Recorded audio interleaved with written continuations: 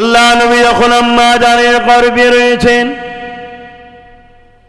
আল্লাহ পাক আমার নবী পাকের আব্বা জানকে দুনিয়াতে তুলে নিল। আল্লাহ নবী দুনিয়ার জমিনে আসবেন, দুনিয়ার জমিনে আসলো। কিছুদিন আম্মার কোলে থাকতে না থাকতে দুদুমা হালিমার কোলে চলে যেতে হলো। এ যুবকেরা, তরুণেরা, নিজেদের পাড়া প্রতিবেশী, আত্মীয় স্বজন, চাচা আত্মীয় স্বজনেরা আল্লাহ নবীকে ছোটবেলা থেকে তাকে এমন করে অত্যাচার করতে করতে করতে নিজের পছন্দের শহর, যেখানে ছোটবেলায় লালন পালন হয়ে বড় হয়েছে, মক্কা শরীফ থেকে মদিনায় চলে যেতে হয়েছে।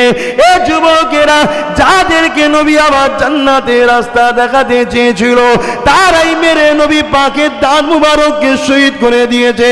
যাদেরকে নবী আমার নিজের কষ্ট করে মেহনত করে আল্লাহ রাস্তা দেখাতে গিয়ে, জান্নাত দেখাতে গিয়ে, জান্নাতের রাস্তা দেখাতে গেছে, সেই তায়েফের জমিনে মানুষেরা আল্লাহ নবীকে মেরে মেরে অজ্ঞান চৈতন্য রক্তাক্ত করে দিয়েছিল।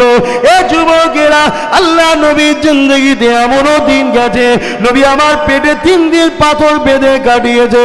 আল্লাহ নবীর এমনও দিন গেছে, কয়েক মাস ধরে আল্লাহ নবীর চুলোতে উনুনে আগুন ধরত না, কোনো কিছু ছিল না।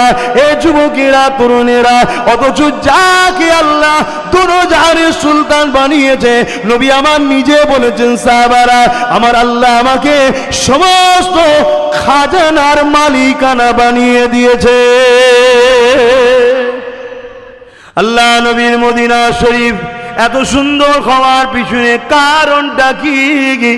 কারণ হলো একটাই, আল্লাহ নবী মদিনা শরীফকে ভালোবেসেছে।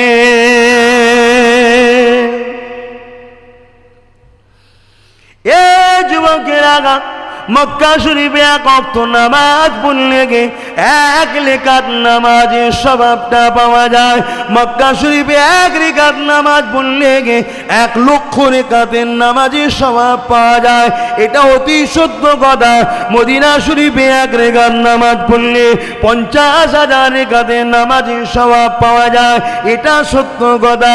কিন্তু বুখারী মুসলিমের মধ্যে রয়েছে, আল্লাহ নবী জানিয়ে দিচ্ছে, আল্লাহ মক্কাকে আমি ভালোবাসি, মদিনাকে আমি ভালোবাসি, তবে আমি রাসূল মক্কাতে যা রহমত দেবেন তার দুগুণা বেশি রহমত আমার প্যারে শহর মদিনার উপরে আপনি দিয়ে দেবেন। এ যুবকেরা, আল্লাহ নবী জানিয়ে দিলেন, যেমন ইসলাম শত শেষে গিয়ে এমন করে মদিনা শরীফে পানা পাবে, বেশাক মক্কা শরীফে আমলের হিফাজত হয়, আমলের বড়াই আছে, কিন্তু ঈমানের হিফাজত আল্লাহ মদিনা শরীফে রেখেছে। আল্লাহ, যে নবীর শহরের এত প্রশংসা, যে নবীর শহরের এত মর্যাদা, সে নবীর কি শান তাহলে আলোচনা করব। সেই নবীর গোলামদের আলোচনা শুনলে অবাক হয়ে যায় আমরা, ঠিক না? ঠিক গো। আল্লাহ বা কোরআন পাকে তাই জানিয়ে দিলেন, লাকাদ কানা লাকুম ফি রাসূলিল্লাহি উসওয়াতুন হাসানাহ। এ আমার বান্দা বান্দির, চোখ দিয়েছি আমি, কান দিয়েছি আমি, পা দিয়েছি আমি, হাত দিয়েছি আমি, তোর অস্তিত্ব ছিল না, অস্তিত্ব দিয়েছি আমি। তুই কোথায় ছিলি? কে তোকে চিনত? তোর বাপও জানতো না, তোর মাও জানতো না। তোর যদি বয়স 20 বছর হয়, 20 বছর আগে তোর কোনো অস্তিত্ব ছিল না।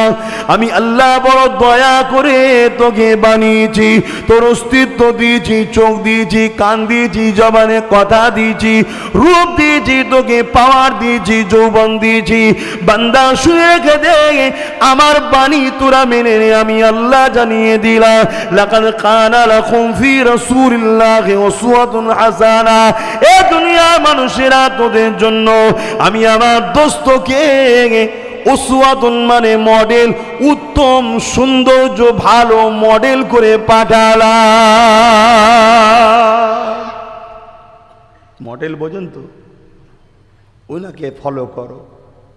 তোমরা আমার দাস দাসী, তোমরা আমাকে কাছে পাবে না, আমাকে ডাইরেক্ট দেখতেও পাবে না। দুনিয়ায় কেউ দেখেছেন নাকি আল্লাহকে? আর না, আল্লাহ এসে আপনাকে বলেছে এইভাবে নামাজটা পড়তে হয়, বলেছে? ওই জন্য আল্লাহ একটা পাঠিয়েছে, এইটাকে ফলো করো। এইটাকে যে ধরবে সেই তো আবু বকর সিদ্দিক হবে, জোরে বলুন সুবহানাল্লাহ। এটাকে যে না ধরবে সে তো আবু জেহেল হবে, এটাকে যে ধরবে সে তো উমর ফারুক হবে, এটাকে যে না ধরবে সে আবু লাহাব হবে, উতবা হবে, সাইবা হবে, আর এটাকে যে ধরবে সে তো উসমান গনি হবে, মৌলা আলী কারামুল্লাহ ওয়াজহু হবে, জোরে বলুন সুবহানাল্লাহ। যে ধরেনে সে বরবাদ, যে ধরেছে সে দেখুন আল্লাহ পেয়েছে। তার রসুলের কাজ আমাদের সঙ্গে আল্লাহ সম্পর্ক জুড়ে দেওয়া, এই কাজটা কি আল্লাহ অন্য কাউকে দিয়েছে? একটু সাড়া দেবেন। তাহলে কারা কারা আল্লাহর সঙ্গে যদি সম্পর্ক জুড়তে চান তাহলে মাধ্যমটা রসুলকে নিয়ে, ঠিক না বেঠিক? আমরা রসুল বাদ দিয়ে দিয়েছি, এজন্য আজ আমাদের মধ্যে এত দল, এত সমস্যা, এত ফিতনা। যদি রসুলকে আমরা রাখতাম তাহলে এত সমস্যা হতো না। আল্লাহ নবী বড় কষ্ট করে পৃথিবীর জমিনে দ্বীনের প্রচার করেছেন। তরুণেরা, আজ আমরা মাথায় টুপি দিয়ে বসেছি, আজ আমাদের গ্রামে মসজিদে আযান হয়ে যায়, মানুষ কাঁথাতে মসজিদে চলে যায়। আজ আমরা মা বাপকে ভালোবাসি, আজ আমরা বড়দেরকে সম্মান করি, ছোটদেরকে স্নেহ করি। আজ আমরা গরিবদের ঘরে ধনীরা শতকরা 2.5 টাকা যাকাতটা দিয়ে থাকি। আজ আমরা গরিবরা বড় লোকদের ভালোবাসা পাই। আজ দুনিয়া জমিনে এমন করে না ইনসাফ প্রতিষ্ঠিত হয়েছে। এ আমার যুবকেরা, এত সহজে কিন্তু হয়নি গো। এই এমন করে আপনার এলাকায় এত সহজে দিন ইসলাম আসেনি, এত সহজে ইসলাম প্রতিষ্ঠিত হয়নি, এত সহজে নারী হত্যা বন্ধ হয়ে যায়নি, এত সহজে নারীদের মর্যাদা হয়নি। আল্লাহ নবী, নূর নবী, দয়া নবী জীবনী যদি দেখি, নবী আমার এই ন্যায় সত্যকে প্রচার করার জন্য আল্লাহ নবী জীবনে এমনও দিন গেছে, নবী আমার মাসকে মাস ঘর ছাড়া হয়ে যে পাহাড়ে নিজেকে বন্ধ লুকিয়ে রেখে, পাহাড়ের মধ্যে নিজেকে আবদ্ধ করে রেখে, পাহাড়ে পাহাড়ে ঘুরে ঘুরে গাছের পাতা ফল মূল খেয়ে আল্লাহ নবীকে জীবন ধারণ করতে হয়েছে। নবীকে দুনিয়ার জীবনে এত কষ্ট করতে হয়েছে, তারপরে আপনার গ্রামে ইসলাম এসেছে। আজ ইসলাম আমরা সহজে পেয়ে গেছি, তাই ইসলামের গুরুত্ব কিন্তু আমার আপনার কাছে না। যদি ইসলাম থাকে মা বাপের ভাত থাকবে, যদি ইসলাম না থাকে মা বাপ বৃদ্ধাশ্রমে থাকবে, ইসলাম যদি থাকে রেপ থাকবে না, ইসলাম যদি না থাকে প্রতিটা সেকেন্ডে সেকেন্ডে রেপ হয়ে যেতে পারে, ইসলাম যদি থাকে বড়দের সম্মান থাকবে, ইসলাম যদি না থাকে বড় ছোট সম্মান বলে কিছু থাকবে না, ইসলাম যদি থাকে গরিবরা শতকরা 2.5 টাকা হক যাকাতের পেয়ে যাবে, ইসলাম যদি না থাকে গরিবরা তোমরা যাকাত তো পাবে না, উপরন্তু সামান্যটুকু যদি কিছু থাকে ওটাকেও তোমাদের লুটে নেওয়া হবে। এই ইসলাম যতদিন থাকবে ততদিন জমিনের উপরে ইনসাফ ইনসানিয়াত থাকবে।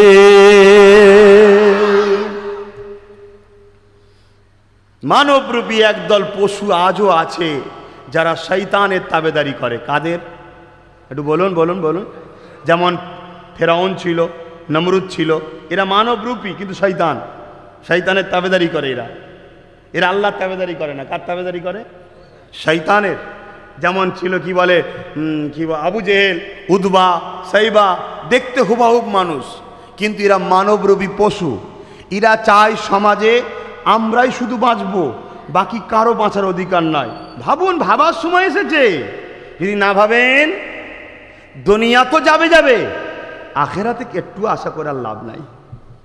কেন আল্লাহ কারো ঠিকা বলে বসে নেই যে আব্বাস সিদ্দিকী পীরের ছেলে, ওকে না জান্নাত দিলে আমার মনে হয় কিছু বেউজ্জতি হতে পারে, এমন কিছু ব্যাপার আছে নাকি আল্লাহ? নাউযুবিল্লাহ মিন যালিক, লা হাওলা ওয়ালা কুওয়াতা ইল্লা বিল্লাহিল আলিয়্যিল আযীম। আল্লাহ নিজের ডেফিনিশন বলে দিয়েছে, আল্লাহুস সামাদ, আমি কারো মুখাপেক্ষী নয়। বলেছে না বলেন? সূরা ইখলাস তো সবাই জানেন, আল্লাহুস সামাদ, আমি কারো মুখাপেক্ষী নয়। লাম ইয়ালিদ ওয়া লাম ইউলাদ, আমার বাপ মা নেই, আমার ছেলেও নেই, আমার স্ত্রীও নেই, আমার থেকেও কেউ নাই, কারোর থেকে আমি নয়। ওয়ালাম ইয়াকুল্লাহু কুফুয়ান আহাদ, আমি এক অদ্বিতীয়, আমার সমকক্ষ কেউ নাই। জোরে বলুন সুবহানাল্লাহ, ঠিক না বেটি? কিন্তু দুঃখের বিষয় আমরা মানি, কিন্তু আফসোসটা ওই জায়গায়, যে মানে না সে যদি আমার ক্ষতি করে, দুঃখ যতটা না লাগে, আমরা দাবি করি ইসলামের অনুসারী, আমরা কি করে ইসলামকে মিটাচ্ছি? আহারে আল্লাহ নবী কতটা কষ্ট করেছিলেন। আজ থেকে ১,৫০০ বছর আগে ১২ই রবিউল আউয়ালে সোমবার বেজানেকের সময় নবী আমার যখন দুনিয়ায় তাশরীফ এনেছিলেন, অনেক মুজিজা ঘটেছিল। ওই বিষয় এখন বলতে চাইছি না, আমি যে বিষয়টা বলতে লাগলাম, আল্লাহ নবীকে আমার আল্লাহ যখন বললেন, হাবিব দিনে দাওয়াতটা শুরু করে দাও, আমার বান্দা গুলো, আমার দাস দাসী গুলো, যাদেরকে আমি বানালাম, কত সুন্দর করে বানালাম, ওরা কি জানে কিভাবে ওদেরকে তৈরি করা হয়েছে? আমার হাবিব ওদেরকে বলে দিয়ে 120 দিন পরে আমি আল্লাহ ওদের শরীরের মধ্যে একটা রূহ ঢুকে দিয়েছিলাম। তখনই ওরা মায়ের পেটে লড়ে উঠেছিল, ওদের মা গুলো বড় আনন্দ হয়েছিল, আমার বাচ্চাটা লড়ে উঠেছে। পৃথিবীর কোন শক্তি বাচ্চাকে লড়াই না, যিনি খালেক মালিক আল্লাহ, তিনি বাচ্চার মধ্যে রুকে ফুকে দেয়। আমার হাবিব ওদেরকে বলে দিয়ে, বাপ মা যখন একটা জায়গায় এসেছিল, এই মিলনের মাধ্যম দিয়ে কোটি কোটি কোটি কোটি ওর মতো ছোট ছোট কোষ বাপের শরীর থেকে মায়ের রেহেমে যাবার জন্য ছুটেছিল। আমি আল্লাহ সবাইকে মেরে দিয়েছিলাম, সবাই রাস্তাতে নষ্ট হয়ে গিয়েছিল, এবং মায়ের শরীরের মধ্যে ও অনেকেই প্রবেশ করেছিল, কিন্তু সবাইকে রেহেমে ঢুকতে দিইনি, আমি আল্লাহ ওকে ঢুকতে দিয়েছিলাম। কারণ ওকে আমি ভালোবেসে দুনিয়ার জমিনটা দেখাতে চেয়েছিলাম। ও দুনিয়ার জমিনে যাবে, ও আস্তে আস্তে ক্ষমতাবান হবে এবং দুনিয়ার জমিনেও যাবে। যাবার আগে আমি আল্লাহ অটোমেটিক ওর মায়ের স্তনেতে ওর খাবারের ব্যবস্থা করে দিয়েছিলাম। আমার বান্দা কি জানে আমি কত সুন্দর খাবার করেছি? যতই গরম হোক না কেন, যতই তাপ চুলোর দিকে থাক না কেন, বাচ্চা যখন গরমকাল এসে যায়, ওই দুধ যখন পান করবে, সামান্য আমি আল্লাহ ঠান্ডা ভাবটা দিই, এত ঠান্ডাও দিই না যাতে বাচ্চার কষ্ট না হয়, সামান্য একটু ঠান্ডা ভাব দিই। কেন গরমে ঠান্ডাটা খেতে ভালো লাগবে, যখনই শীতকালটা এসে যায় কোনো ফ্রিজ হিটার লাগে না, অটোমেটিক আমি আল্লাহ ওর মায়ের স্তনের দুধটাকে আবার গরম হালকা করে দিই। ও আমাকে ভুলে গেল কি করে, কি করে বড় হয়ে আমার বিরুদ্ধে চলে গেল, কি করে বড় হয়ে আমার শরীক করতে লাগলো, কি করে বড় হয়ে আমাকে ছেড়ে দিয়ে আমার বিরোধী যারা করে তাদের পিছনে ঝান্ডা ধরে তেমন করে স্লোগান দিয়ে বেড়াতে লাগলো। ওকে ভুলে গেল আমি আল্লাহ ওকে দুনিয়া জমিনে পাঠিয়েছিলাম। কান ছিল কিন্তু শ্রবণ শক্তি ছিল না, দাঁত ছিল কিন্তু মুখ ছিল কিন্তু দাঁত ছিল না, মুখ ছিল কিন্তু কথা বলার ক্ষমতা ছিল না, চোখ ছিল কিন্তু দেখার ক্ষমতা ছিল না। আমি আল্লাহ আবার আস্তে আস্তে ওর কানে শ্রবণ শক্তি দিয়ে দিলাম, ওর চোখে নজর শক্তি দিয়ে দিলাম, ওর জবানে আস্তে আস্তে কথা দিয়ে দিলাম। এবং ও কি দেখেনে, ওর দাঁত ছিল না, আমি কেমন দাঁত দিলাম, ওই দাঁতটা যেভাবে বাড়তে শুরু করেছিল, আমি আল্লাহ যদি ঠিক সময়ে বন্ধ না করে দিতাম, এক একটা দাঁত মাটিতে পর্যন্ত পৌঁছে যেত, বান্দা হাঁটতে পারতো না, কত দেখতে খারাপ লাগতো। আমি আল্লাহ তাদেরকে কত নিখুঁত করে বানিয়েছি। আমার হাবিব রে, দুনিয়ার জমিনে ওরা ফিতনা করে বেড়ায়, ওরা ফিতনা যেন না করে, মানুষ মানুষকে যেন না ঠকায়, মানুষ মানুষকে খুন যেন না করে, মানুষ মানুষের উপর জুলুম না করে। আমি আল্লাহ কাউকে গরিব করে পরীক্ষা নেব, আমি আল্লাহ কাউকে ধনী করে পরীক্ষা নেব, আমি আল্লাহ কাউকে রাজত্ব দিয়ে পরীক্ষা নেব, আমি আল্লাহ কাউকে পূজা বানিয়ে পরীক্ষা নেব। সবটাই আমার পরীক্ষা, আমার খুশির জন্যে হাবিবদেরকে বলে দিই ওরা যেন সবর ধৈর্যর সাথে সামান্য কিছুদিন পরীক্ষা দিয়ে দেয়, যদি কামিয়াবি হয়ে ফেরে আমি আল্লাহ ওদের জন্য চির শান্তি জান্নাত রেখেছি।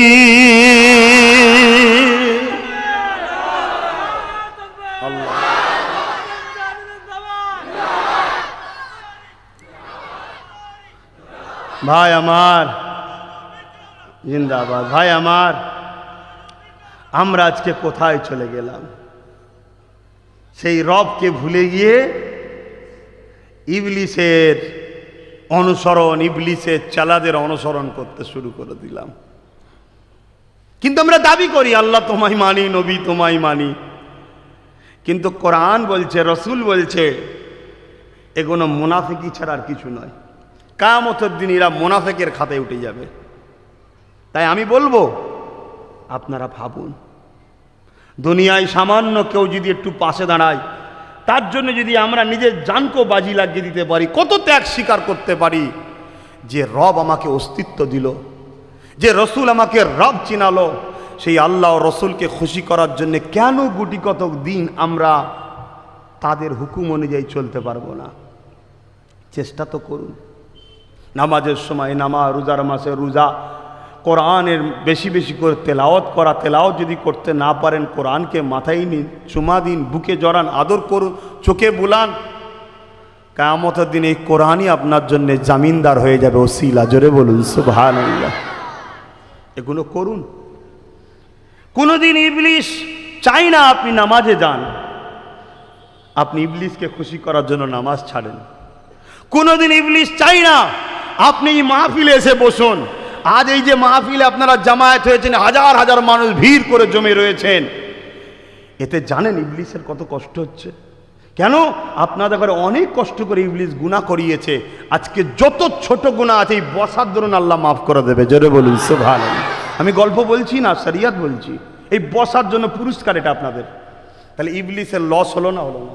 যে আমি অনেক মেহনত করেছি, আর এই যে আপনাদের ঘরে আমরা শিক্ষা দিই ন্যায়ের দিকে, ইবলিস কি আমাদের উপরে খুশি? কি গো, খুশি কি? এই জায়গাগুলো আমাদেরকে বুঝতে হবে, আমাদেরকে ভাবতে হবে যে আমাদেরকে আমাদের মালিক সৃষ্টি করলেন, তিনি কোন রাস্তায় যাবার জন্য, আর আমরা কোন রাস্তায় যাচ্ছি। আমি বলছি না আপনি মসজিদে গিয়ে তাসবিহ নিয়ে বসে যান, হ্যাঁ কিছু সময় আপনি আল্লাহ পাক নামে তাসবিহ পড়লেন, দরুদ শরীফ পড়লেন, কিন্তু আপনাকে ব্যবসাটাও করতে হবে। হালাল রুজির জন্য আপনাকে চেষ্টাটাও করতে হবে। এই হালাল রুজি ইনকাম করা এটাও একটা ইবাদত। আমি বলছি না যে ইনকাম বন্ধ করে দিন, ছেলে পুলে মানুষ করা বন্ধ করে দিন, সংসার করা বন্ধ করে দিন, শুধু মসজিদে ঢুকে আল্লাহ আল্লাহ করুন, ওটা বলছি না। কিন্তু হালাল ইনকাম করতে হবে, বৈধ সম্পর্ক করতে হবে। বাচ্চাদের ঘরে ডাক্তার, উকিল, জজ, পুলিশ বানান, কিন্তু সাথে সাথে বাচ্চাকে শিক্ষা দিতে হবে যে বাপ তুমি যাই হও মনে রেখে দিও 60-70 বছর পর তোমাকে কবরে ঢুকতে হবে। কবরে তোমার পুলিশ কাজে লাগবে না, জজ কাজে লাগবে না, উকিল কাজে লাগবে না, কবরে কাজে লাগবে মোহাম্মদ রসুলের দেখানো রাস্তাটা। জোরে বলুন সুবহানাল্লাহ। এটাও শিখাতে হবে। কথা বুঝছেন না, বোঝেন না? এটাকেও শিখাতে হবে। আমি কোনো গল্প বলছি না।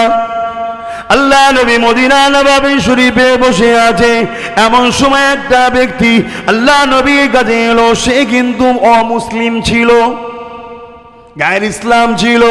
আল্লাহ নবীকে জিজ্ঞাসা করতে লাগলেন, এ আব্দুল্লাহ বেটা মুহাম্মদ, ইসলামের সব থেকে ভালো কাজ কি বলো?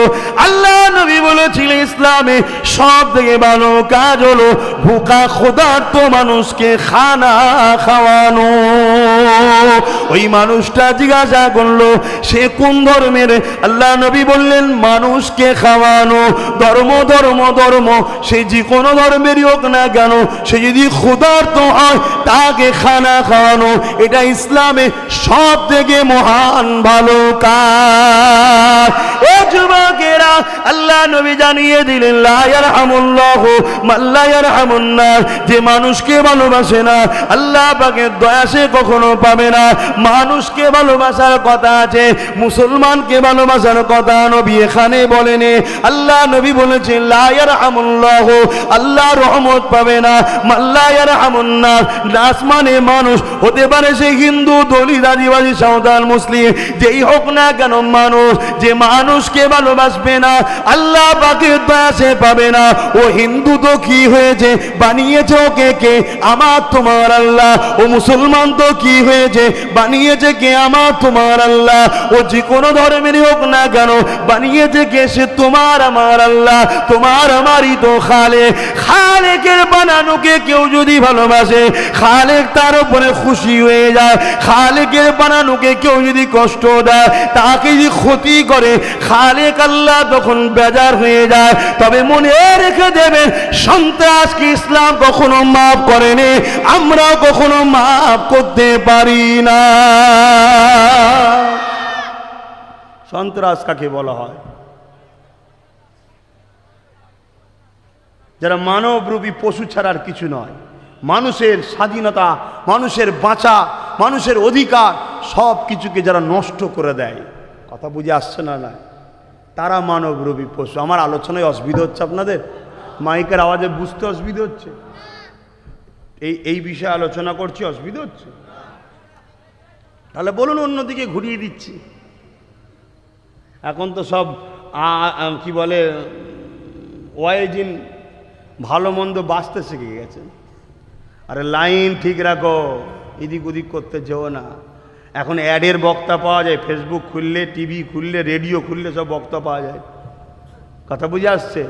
তুমি তাকে চেনো? সে কে? হ্যাঁ, তুমি কার থেকে দিন শিখছো তুমি তাকে জানো আগে।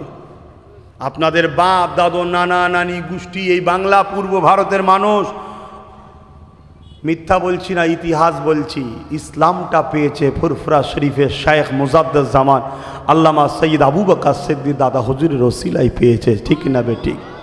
একটু জোরে বলবেন না সুবহানাল্লাহ। আমার মুরব্বী বাপেরা বলুন, ঠিক বললাম না মিথ্যা বললাম? যদি মিথ্যা বলি সেটা আওয়াজ দেন। মুরব্বী বাপেরা বলুন, ঠিক বললাম না মিথ্যা বললাম? যারা ঠিক বলছেন একটু আল্লাহকে সাক্ষী রেখে হাতটা তুলে দেখান যে আমরা জানি কথাটা ঠিকই। আলহামদুলিল্লাহ, নীতিটা ঠিক রাখুন। কেন আমি বললাম দুই ধরনের দুশ্মন আমাদের আছে, দুই ধরনের। এক ঈমান চোর, আর একটা হলো জানমালের ক্ষতিকারক। জানমালের ক্ষতিকারক গুণকে তবুও চিনা যায়, ঈমান চোরকে চিনা বড় মুশকিল। আর ঈমান যদি আমাদের থাকে, জানমালের ক্ষতি করলেও সামান্য লস। জানমালের ক্ষতি করলে সামান্য লস, কেন এই জান তো এমনিও যাবে। কথা বুঝে আসছে? কিন্তু চিনা যায়, পরে তাকে উপযুক্ত জবাবও দেওয়া যায়। কিন্তু ঈমান চোরদেরকে চিনা খুব মুশকিল। এই দুটো বিতে গেলে আল্লাহ নবীর সাহাবাদেরকে দেখতে হবে। আল্লাহ নবীর সাহাবারা আল্লাহ নবীকে কিভাবে মেনেছেন। এ যুবকেরা, এ নবী পাকের প্রেমিকেরা, আমার আল্লাহ যে জানিয়ে দিলেন উসওয়াতুল হাসানা, আমার নবীকে ফলো করো, কারণ আমার নবীকে তোমাদের জন্য মডেল করেছি। আর এক জায়গায় আল্লাহ বলছে, কুল ইন কুনতুম তুহিব্বুনাল্লাহ ফাত্তাবিউনি ইউহিব্বুকুমুল্লাহ ওয়া ইয়াগফির লাকুম যুনুবাকুম আল্লাহু গফুরুর রহিম। বড় কাফলাম কুল, অর্থাৎ বলো নবী তুমি বলো, ইন কুনতুম তুহিব্বুনাল্লাহ, যারা বলে আল্লাহকে ভালোবাসি, এরা যদি সত্যবাদী হয়, একটা প্রমাণ দিতে হবে, একটা প্রমাণ দিতে হবে। সেই পরীক্ষা প্রমাণটা দিতে হবে। কি প্রমাণ?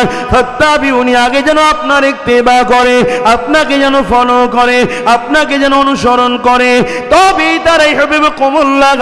আমি আল্লাহ তাদের সম্বন্ধে জানিয়ে দিই, তারা আমাকে ভালোবাসলো, প্রমাণ হয়ে যাবে আমি আল্লাহ তাদের ভালোবাসবো। আর আমি যাদেরকে ভালোবাসবো তাদেরকে কিছু না কিছু দেবো তো। তারা আমাকে বড় দয়ালু মেহেরবান পাবে, তারা যা গুনাহ করেছে সব মাফ করে দেবো। জোরে বলুন সুবহানাল্লাহ। তাহলে ফলো কাকে করতে হবে? রসুলকে। এই ফলোটা কাকে বলে? সাহাবারা যেভাবে করেছে, সাহাবাদের থেকে বেশি কেউ রসুলকে মানতে পেরেছে ভাই? আর না কোনোদিন মানতে পারবে? আপনারা মন দিয়ে শুনছেন না কষ্ট হচ্ছে? কোনটা? কেন আপনারা এত ঝিমিয়ে গেছেন তাই চিন্তা করছি। মন দিয়ে শুনছেন না কষ্ট হচ্ছে? একটু সবাই আওয়াজ দেন। আচ্ছা, এবার তাকবীর দেন তো, নারে তাকবীর। আচ্ছা, এই তাকবীর দেওয়াটা ভালো না খারাপ?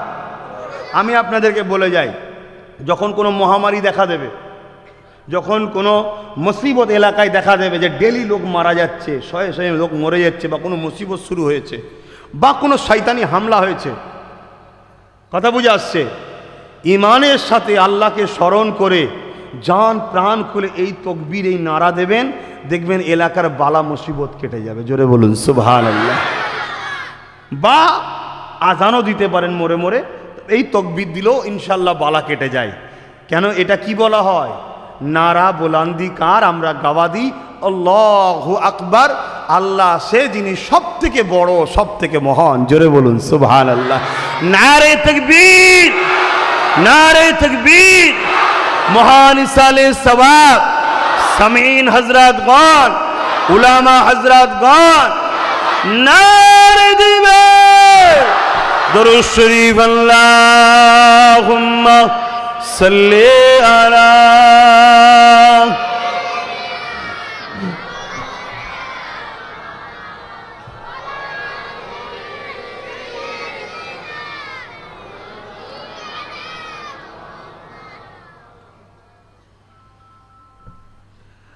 रातें भी मदीने की,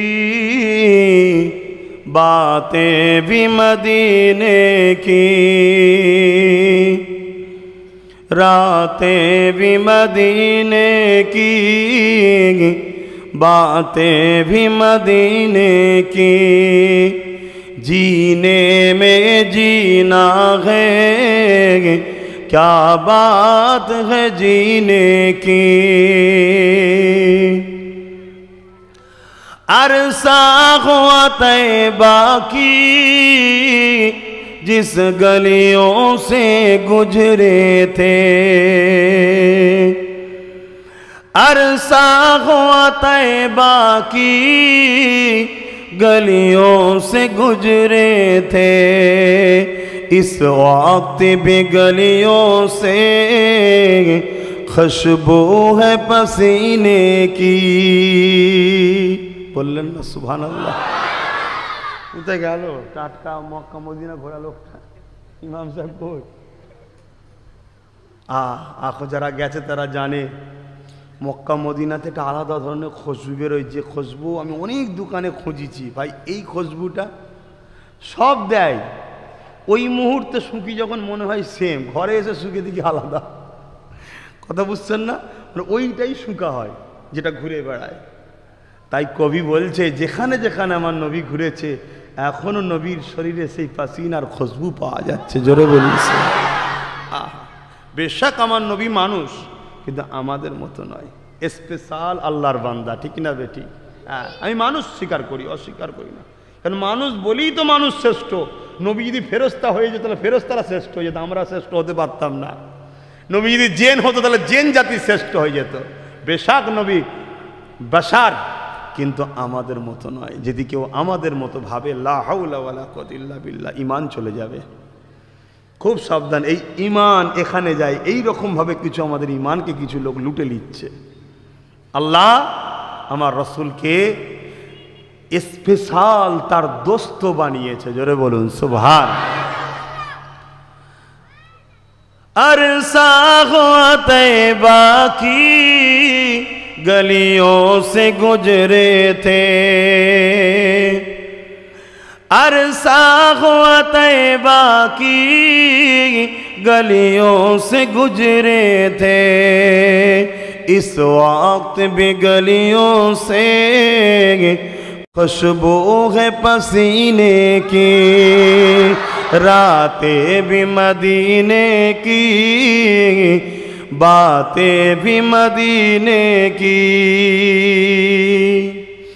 जीने में जीना है क्या बात है जीने की।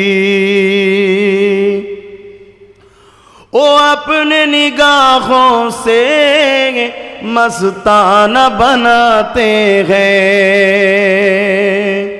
वो अपने निगाहों से मस्ताना बनाते हैं, जहमत भी नहीं देते मैं खार को पीने की, जहमत भी नहीं देते मैं खार को पीने की, रातें भी मदीने की, बातें भी मदीने की। तारीफ के लायक जब अल्फाज नहीं मिलते,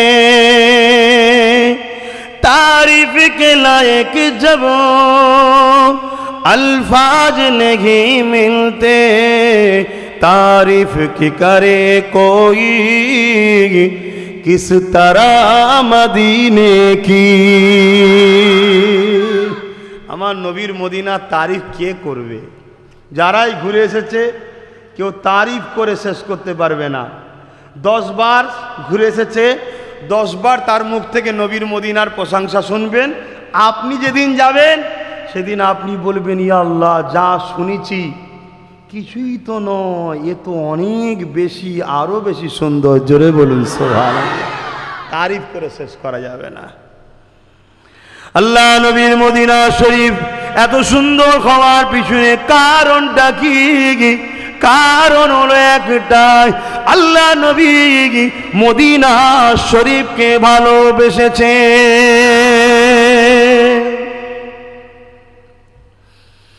এ যুবকেরা, মক্কা শরীফে এক ওয়াক্ত নামাজ পড়লে এক রেকাত নামাজের স্বভাবটা পাওয়া যায়।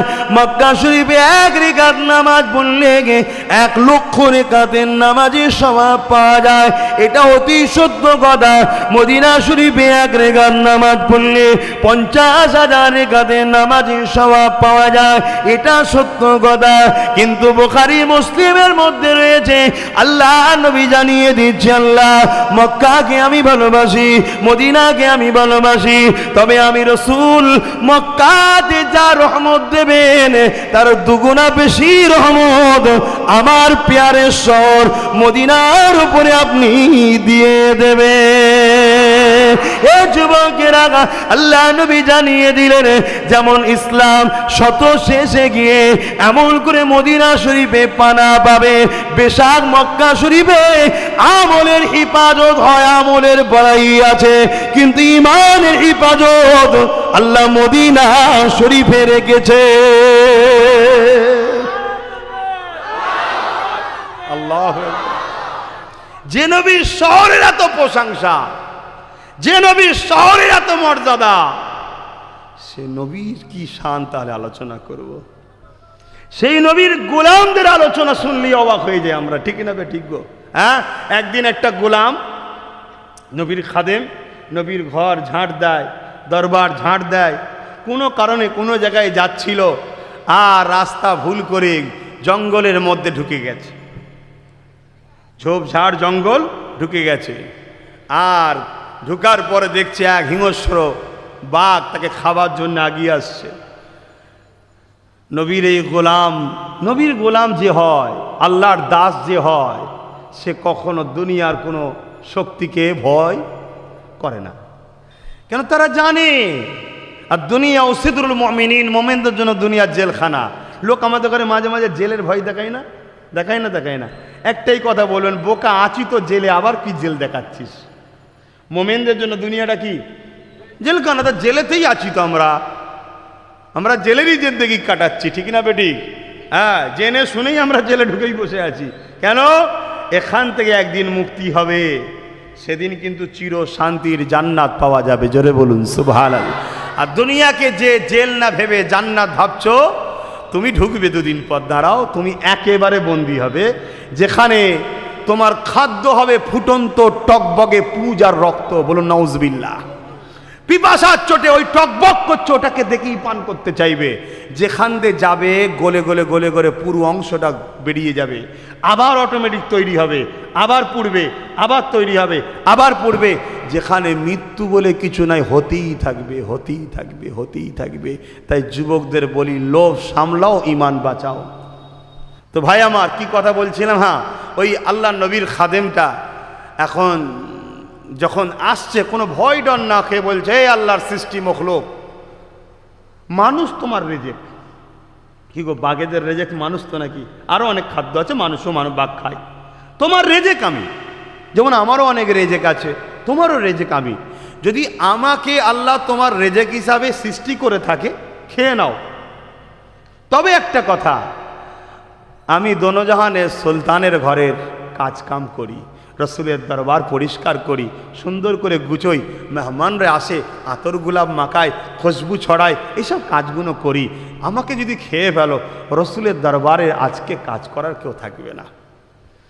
ইতিহাস বলছি, তারিখে হাদিস বলছি, গল্প বলছি না।